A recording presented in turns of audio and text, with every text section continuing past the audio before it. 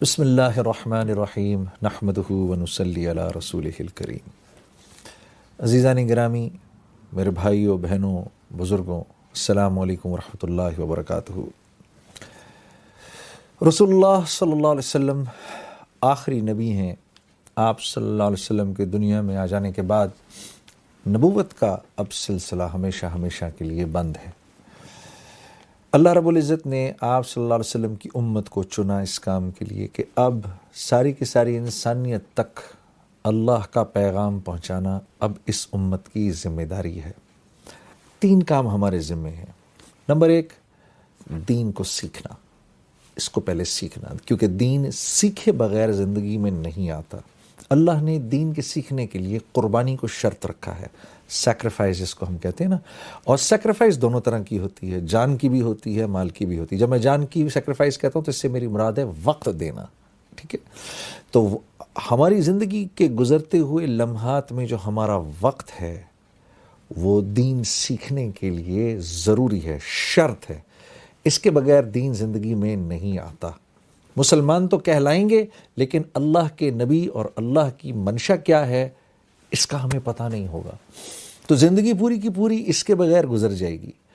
تو ایک ہے دین سیکھنا، دوسرا ہے پھر سیکھ کے اس کو پریکٹس کرنا، کیونکہ بہرحال پتہ تو ہے نماز کیسے پڑھی جاتی ہے، لیکن ایک بہت بڑا مجمع ہے جو ایمان کی کمزوری کی وجہ سے نماز پڑھ نہیں سکتا، پڑھنا چاہتا ہے پڑھ نہیں سکتا، نماز پڑھنی آتی ہے تو سیکھ تو لیا ہے، اب اس کو پریکٹس نہیں کر رہے، تو پھر اس کو پریکٹس کرنا ہے۔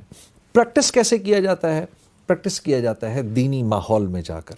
آپ جس ماحول میں جائیں گے ماحول اپنا تاثر رکھتا ہے۔ اللہ نے انسان کو ماحول کا پابند بنایا ہے۔ جب ہم ماحول میں آتے ہیں تو ماحول میں آ جانے کے بعد ہمارے اوپر ایسے اللہ کا ایک نظام چلتا ہے کہ ہم اس ماحول کا اثر لینا شروع کر دیتے ہیں۔ آپ مسجد جائیں، مسجد میں بیٹھ کر اللہ کی بات سننا آسان ہے، مسجد سے باہر آ جائیں وہی بات پھر سننا مشکل ہو جاتی ہے۔ تو مسجد انسانوں کے بننے کی جگہ ہے، یہ وہ جگہ ہے جہاں پر انسان بنتے ہیں۔ مسجد میں 1 گھنٹے تک آدمی بیٹھ کر اللہ کی بات سن سکتا ہے، مسجد سے باہر نکلنے کے بعد وہی بات 1 گھنٹے تک سننا مشکل ہو جاتا ہے۔ اسی لیے اللہ کے نبی صلی اللہ علیہ وسلم کا ارشاد ہے، آپ نے فرمایا جس کو مسجد جاتے ہوئے دیکھو اس کے ایمان والے ہونے کی ضمانت دو، چاہے وہ کسی بھی برائی میں مبتلا کیوں نہ ہو، بڑی سے بڑی برائی میں مبتلا کیوں نہ ہو، لیکن کیونکہ یہ مسجد جانے کا عادی ہو گیا ہے، ماحول کا عادی ہو گیا ہے، اب اس کے لیے دین سیکھنا بھی آسان ہوگا، اس کے لیے دین پر چلنا بھی آسان ہوگا۔ تو یہ ہماری دوسری ذمہ داری ہے، دین سیکھنا، اس کو پریکٹس کرنا، اور تیسری ذمہ داری ہے کہ پھر اس دین کو دنیا کے ایک کونے سے دوسرے کونے تک لے کے جانا۔ رسول اللہ صلی اللہ علیہ وسلم کی عبادت سارے عالم میں جا کر کرنا، رسول اللہ صلی اللہ علیہ وسلم کے اخلاق سارے عالم میں لے کے جانا، رسول اللہ صلی اللہ علیہ وسلم کے معاملات سارے عالم میں لے کے جانا، رسول اللہ صلی اللہ علیہ وسلم کی معاشرت سارے عالم میں لے کے جانا۔ یہ 3 ذمہ داریاں ہیں ہماری اب، اور جو ان ذمہ داریوں پر چلے گا اللہ اس کی دنیا بھی بنائیں گے، آخرت بھی بنائیں گے۔ یا ایھا الذین آمنوا ان تنصروا اللہ ینصرکم ویثبت اقدامکم، اے ایمان والو تم میری مدد کرو ہم تمہاری مدد کریں گے اور تمہارے قدم جما دیں گے۔ اللہ رب العزت بے نیاز ہیں، صمد ذات ہے، اللہ کو ہماری مدد کی کیا ضرورت؟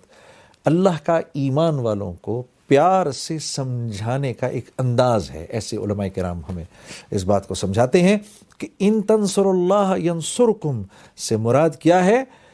تمہیں جو ذمہ داری دی گئی ہے تم اس ذمہ داری کو پورا کرو، پھر تمہاری دنیا ہم بنائیں گے۔ عزیز دوستو، جو ایک بات بڑی مشکل سے بڑی ریاضت کے بعد سمجھ میں آتی ہے وہ یہ کہ آدمی دنیا اپنی خود نہیں بنا سکتا، دنیا آدمی کی بنائی جاتی ہے من جانب اللہ، دنیا اللہ نے اپنے ذمہ رکھی ہے. اسی لیے ہم اللہ رب العزت سے دعا کرتے ہیں اللہم انی اسألک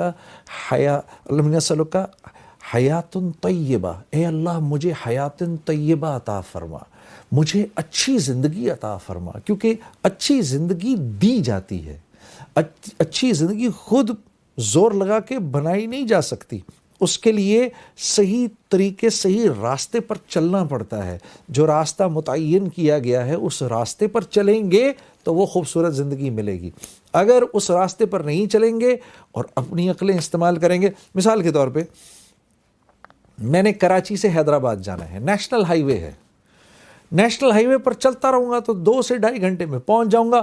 اور اگر کراچی شہر سے نکلتے ہی بجائے اس کے کہ میں نیشنل ہائی وے پہ اپنی گاڑی ڈالوں، میں نے گاڑی ڈال دی کچے میں، اور میں کہوں یار میں نے کچے پہ گاڑی چلا کر جانا ہے، تو کچے پر گاڑی چلا کر جانے میں پہنچ تو شاید کبھی نہ کبھی جاؤں حیدرآباد، لیکن گاڑی توڑوں گا، اپنی زندگی تکلیف میں ڈالوں گا، اور کتنی تکلیف میں ڈالوں گا اس کا اندازہ آپ کر سکتے ہیں. اس لیے اللہ اور اس کے رسول کے بتائے ہوئے راستے سے جب ہم لوگ دائیں بائیں ہوتے ہیں پھر ہم اپنا ہی نقصان کرنا شروع کر دیتے ہیں، اور پھر زندگی مشکل ہو جاتی ہے.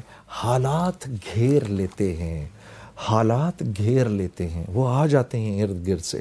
آدمی مصیبت کو یہاں سے ہٹاتا ہے، مصیبت یہاں سے ہٹتی ہے، یوں جاتی ہے اور یوں گھوم کے آتی ہے کہ اب میں پیچھے سے آؤں گی، پھر پیچھے سے آتی ہے اور پیچھے سے آ کر پھر تکلیف دیتی ہے، پھر وہاں سے جاتی ہے، اس کو وہاں سے ہٹاتے ہیں، پھر گھوم کے آتی ہے، اب وہاں سے آؤں گی.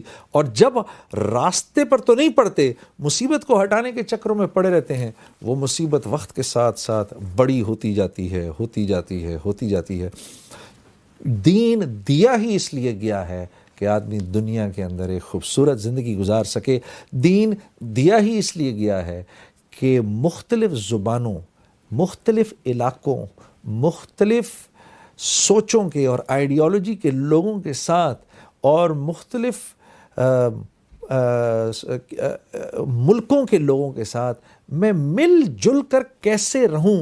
جن کی مختلف تہذیبیں ہیں، جن کی مختلف سوچیں ہیں، ان کے ساتھ میں مل جل کر کیسے رہ سکتا ہوں، دین اس لیے دیا گیا ہے. لوگ آپس میں اپنا حق چھوڑ کر دوسرے کو دینے والے کیسے بن جائیں، دین اس لیے دیا گیا ہے. جس معاشرے میں ہر شخص اپنا حق چھوڑنے والا ہو اور دینے والا ہو، اس معاشرے کے اندر قتل و غارت کیسے ہو سکتی ہے؟ اس معاشرے کے اندر کوئی کسی کے حق پر ڈاکہ کیسے ڈال سکتا ہے؟ ڈالے گا ہی نہیں. وہ تو معاشرہ ایسا ہوگا. اس معاشرے میں تو میرے عزیز دوستوں کوئی بیمار بھی نہیں پڑے گا. حضرت عمر رضی اللہ تعالیٰ عنہ کے دور میں ایک طبیب تھا غیر مسلم. اس زمانے میں مدینہ جب مسلمانوں کا عروج تھا، اسلام کا عروج تھا، تو مدینہ ایسے تھا جیسے آج ہمارے یہاں دنیا کے بڑے بڑے شہر جیسے نیو یارک سٹی ہے اور لنڈن ہے. مدینہ ایسے تھا، باہر سے لوگ مدینے آ کے رہا کرتے تھے اسلام سیکھنے کے لیے.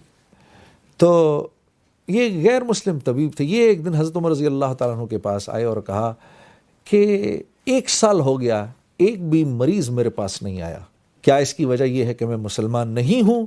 حضرت عمر رضی اللہ تعالیٰ عنہ نے اپنے رفقا کو اور صحابہ کرام کو بلایا، کہا بھئی یہ کیا بات ہوئی ہے، ہمارا مہمان آیا ہوا ہے، تم لوگ جاتے ہی نہیں اس کے پاس. تو لوگوں نے سوچ کر سمجھ کر پھر کہا کہ امیر المومنین تو ہم بیماری نہیں پڑتا ہم میں سے کوئی، تو بیماری نہیں پڑتے ہم. کہا وہ کیسے؟ کہا ہم لوگ کھاتے ہی تھوڑا کھاتے ہیں اور ایک وقت کھاتے ہیں. اس طبیب نے اپنا سامان پکڑا، حضرت عمر رضی اللہ تعالیٰ عنہ سے عرض کی امیر المومنین نہیں، آپ لوگ تو بیمار پڑ ہی نہیں سکتے، جو کھاتا ہے ایک وقت ہے وہ بیمار کیسے پڑ سکتا ہے؟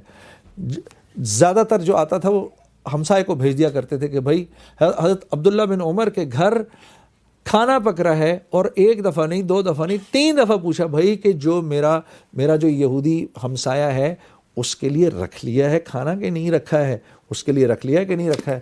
تو وہاں جس معاشرے میں ہر شخص اپنا حق چھوڑنے والا ہوگا، اس معاشرے میں ویسے ہی جوڑ پیدا ہو جائے گا. یہ زندگی ہم نے پہلے سیکھنی ہے، پھر پریکٹس کرنی ہے، اور پھر سارے عالم میں لے کے جانی ہے. چاہے کوئی اور کرے نہ کرے، میں نے آپ نے اس کام کو کرنا ہے. مجھے ہے حکم ازاں لا الہ الا اللہ. یہ ایک کتاب ہے جو میرے مطالعے میں رہتی ہے اکثر و بیشتر، حیات الصحابہ۔ اس کی ایک حدیث ہے جو میری نظروں سے گزر رہی ہے کہ حضرت ابو موسیٰ اشعری رضی اللہ تعالیٰ عنہ حضور اقدس صلی اللہ علیہ وسلم کا ارشاد نقل فرماتے ہیں کہ میری اور اس دین کی مثال جس کو دے کر اللہ رب العزت نے مجھے بھیجا ہے اس آدمی جیسی ہے جو اپنی قوم کے پاس آیا اور کہا کہ اے میری قوم، میں نے اپنی آنکھوں سے دشمن کے بڑے لشکر کو تمہاری طرف آتے ہوئے دیکھا ہے، میں تم کو بے غرض ہو کر ڈرا رہا ہوں، لہٰذا یہاں سے بھاگنے میں جلدی کرو۔ چنانچہ اس کی قوم میں سے کچھ لوگوں نے اس کی بات مان لی اور سر شام چل دیے اور آرام سے چلتے رہے تو وہ بچ گئے، اور اس قوم میں سے کچھ لوگوں نے اسے جھوٹا سمجھا اور وہیں ٹھہرے رہے تو دشمن کے لشکر نے ان پر صبح حملہ کر کے ہلاک کر دیا اور ان کو بالکل ختم کر دیا۔ یہ مثال ہے ان لوگوں کی جنہوں نے میری بات مانی اور جو دین حق میں لے کر آیا اس پر عمل کیا، اور ان لوگوں کی جنہوں نے میری نافرمانی کی اور جو دین حق میں لے کر آیا اس کو جھٹلایا۔